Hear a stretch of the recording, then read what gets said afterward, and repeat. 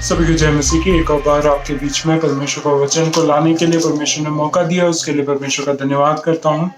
आज के विषय के लिए हम अपने बाइबलों को खोलेंगे। पहला पत्रस, उसका 2 अध्याय, उसका 9वां और 10वां वाक्य मैं आपके बीच में पढ़ूंगा।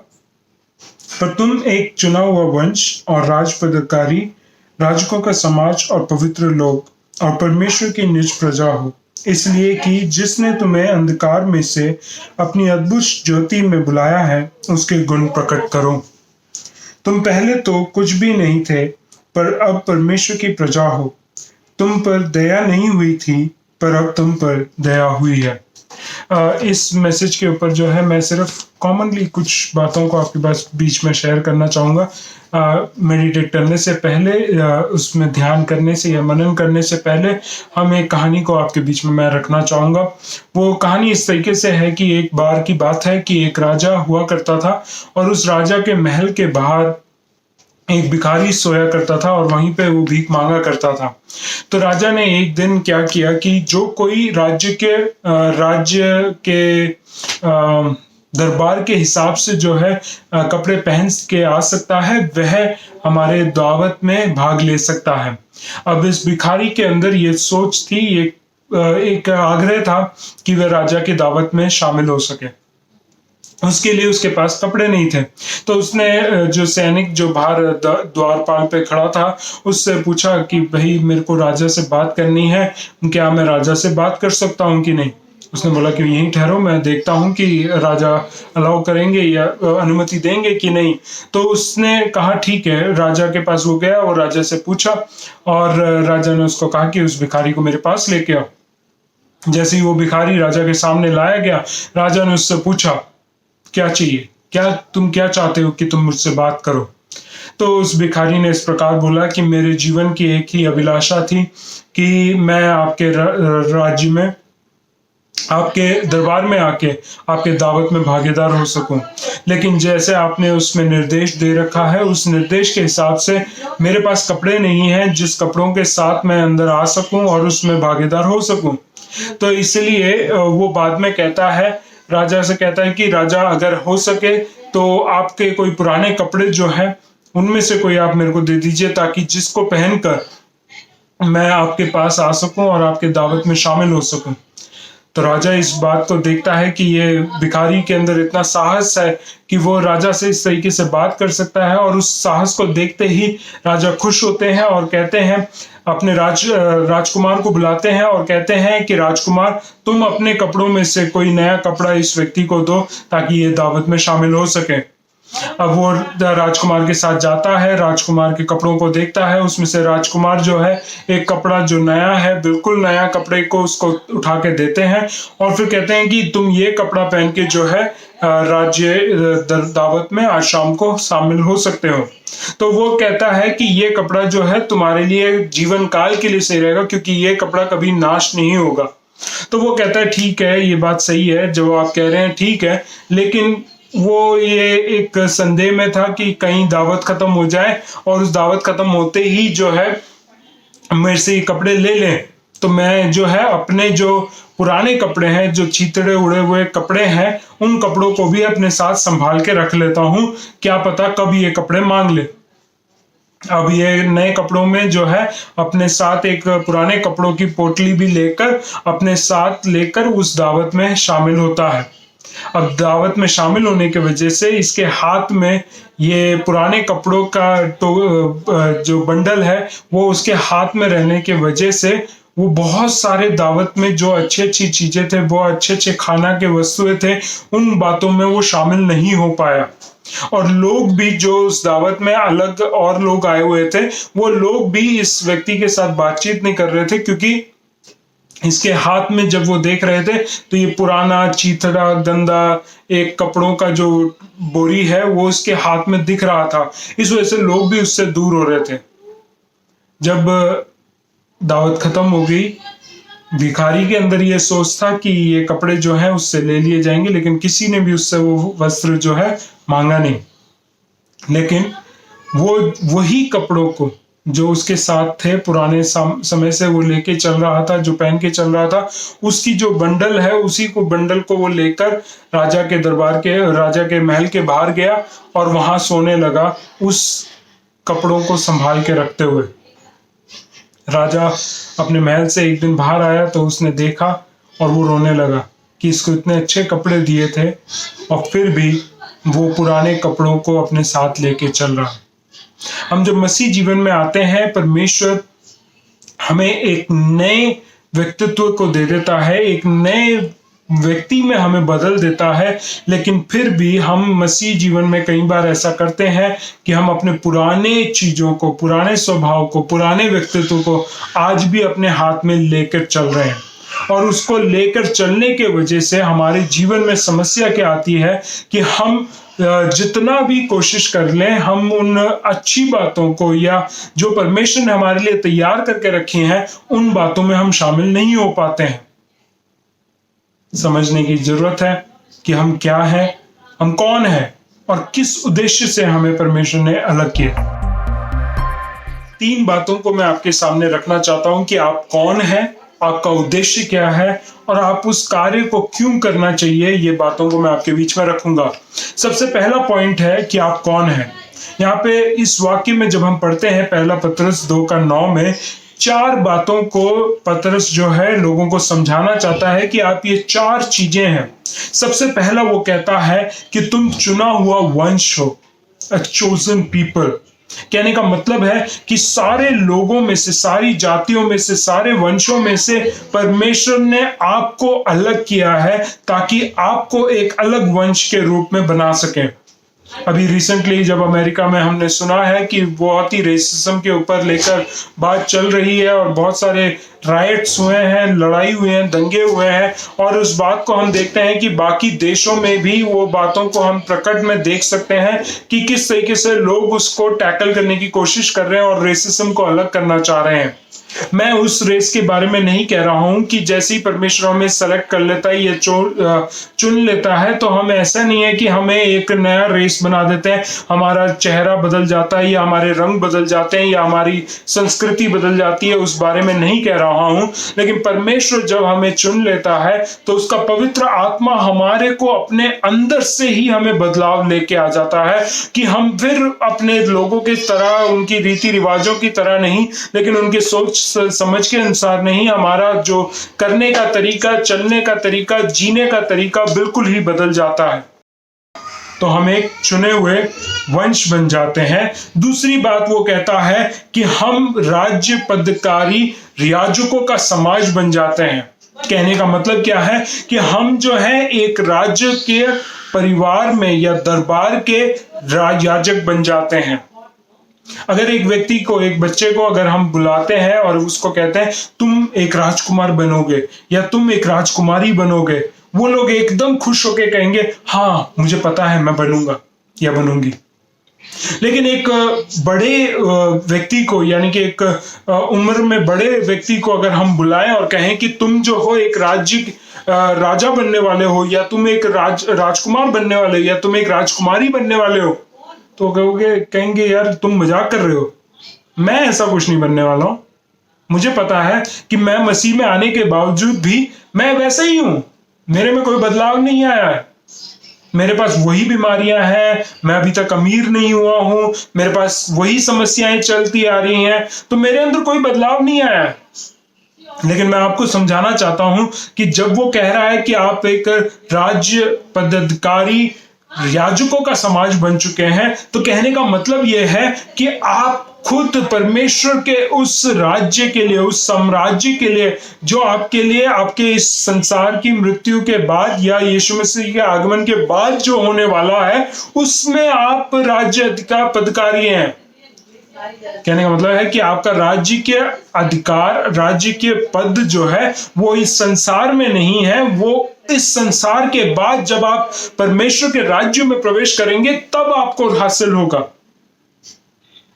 समझिए इस बात को कि हम जब परमेश्वर ने हमें चुना है, हमको एक ऐसा वंश बनाया है, हमें राज्य पद दिया है, वो इस राज्य के लिए नहीं है, वो राज्य जो है वो आने वाला है, उस राज्य के लिए हम इंतजार करें।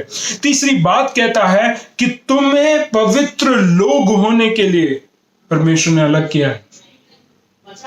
अलग जब किया है हमारे हम जब अपने आप को कहते हैं कि हम कौन हैं, हम चुने हुए वंश हैं, हम राज्य पदाधिकारी पाए हुए याजकों का समाज हैं। और तीसरी बात कहता है कि हम एक पवित्र लोग हैं। पवित्रताई का मतलब है परमेश्वर ने हमें बाकी झुंड में से, बाकी लोगों के बीच में से, बाकी जो हमारी जनसंख्या है उसमें से निकाल कर अलग करके स्थापित करके रखा हुआ है। और हमें पवित्र करने का मतलब है कि हमें अपने आप को संसार से या सारे जो समाज है या सारे जो लोगों का झुंड है उसमें से बिल्कुल अलग बना के रखना है। हम अपने जीवन में पवित्रताई को इतना महत्वता दें कि हम अपने आप को इजीली यानी कि आसानी से जो है हम अपवित्र ना हो जाए, आसानी से हमारे सोच ना बह जाए, आसानी से जो हमारा चाल चलन है संसार की रीति में ना हो जाए। इस बात को वो समझाना चाहता है। चौथी बात वो इस तरीके से कहता है कि हम जो है परमेश्वर को बिलोंग करते हैं या परमेश्वर के अधिकार में आते हैं या परमेश्वर हमारे ऊपर अधिकार को रखता है, हम उसकी प्रजा है।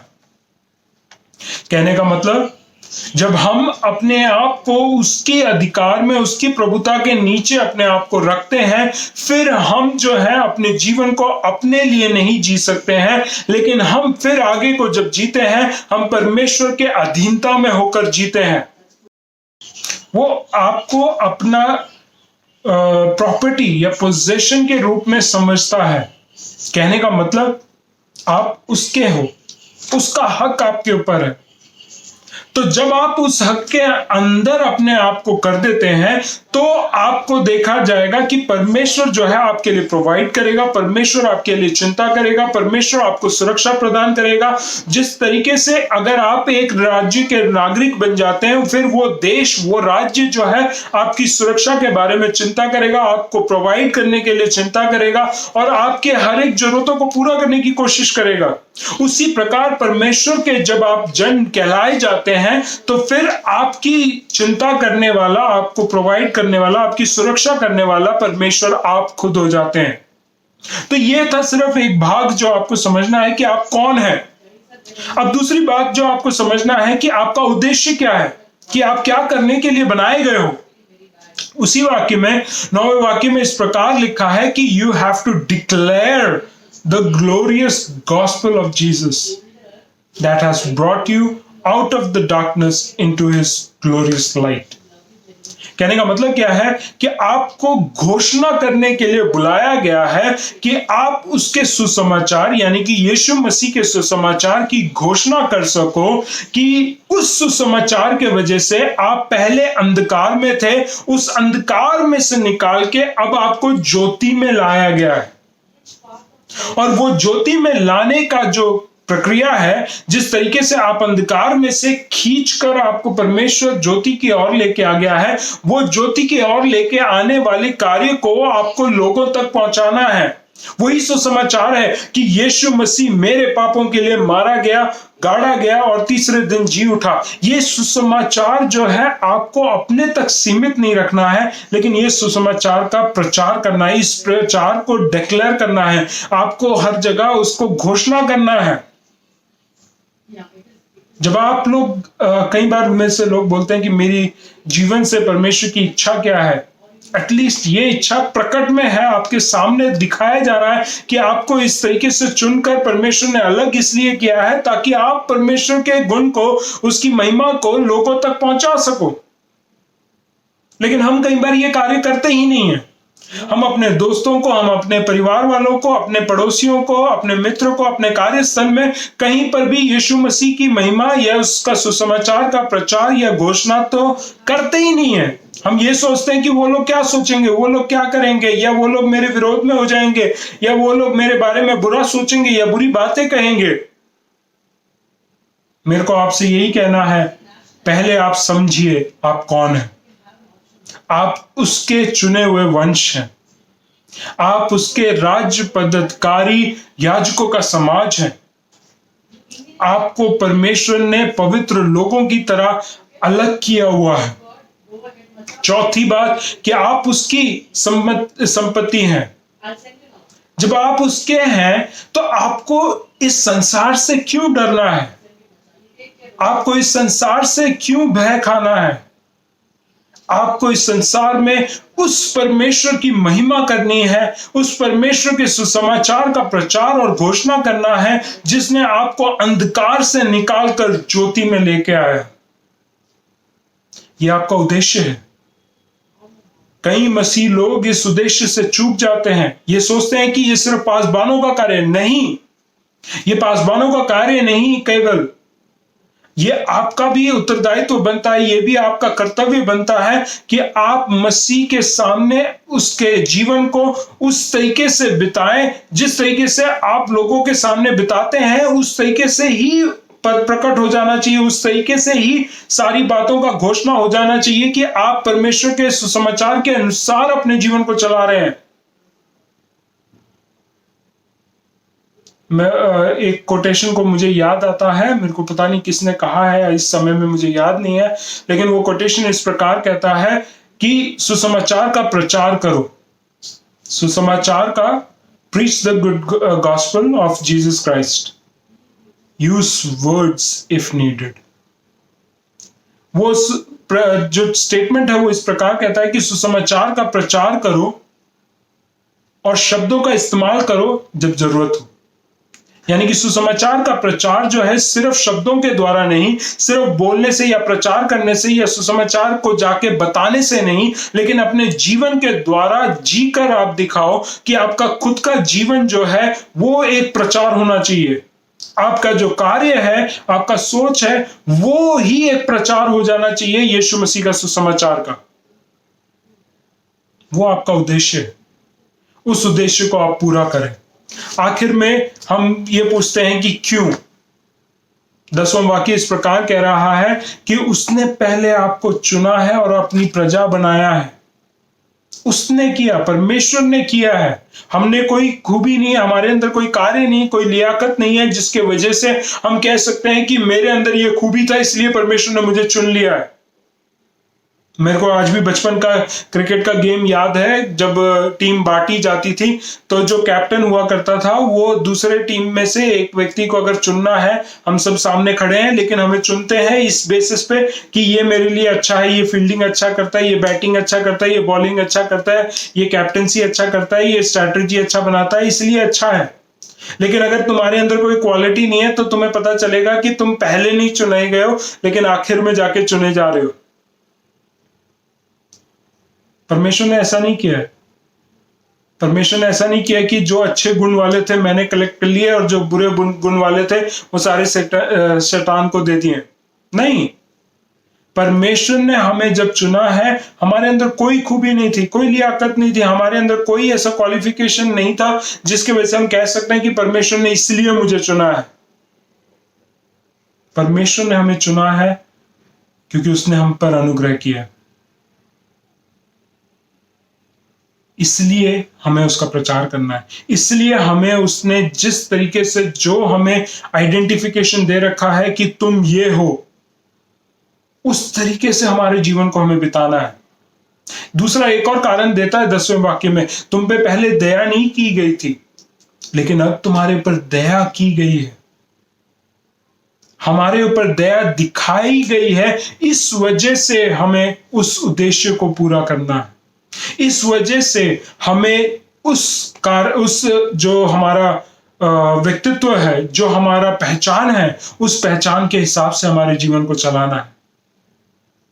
तो आज के इस संदेश में मैं सिर्फ इतना ही आपके सामने रख रहा हूं कि ये 3 बातें आप समझ जाए कि आप कौन हैं, आपका उद्देश्य क्या है और आप जो कर रहे हैं वो क्यों कर रहे हैं।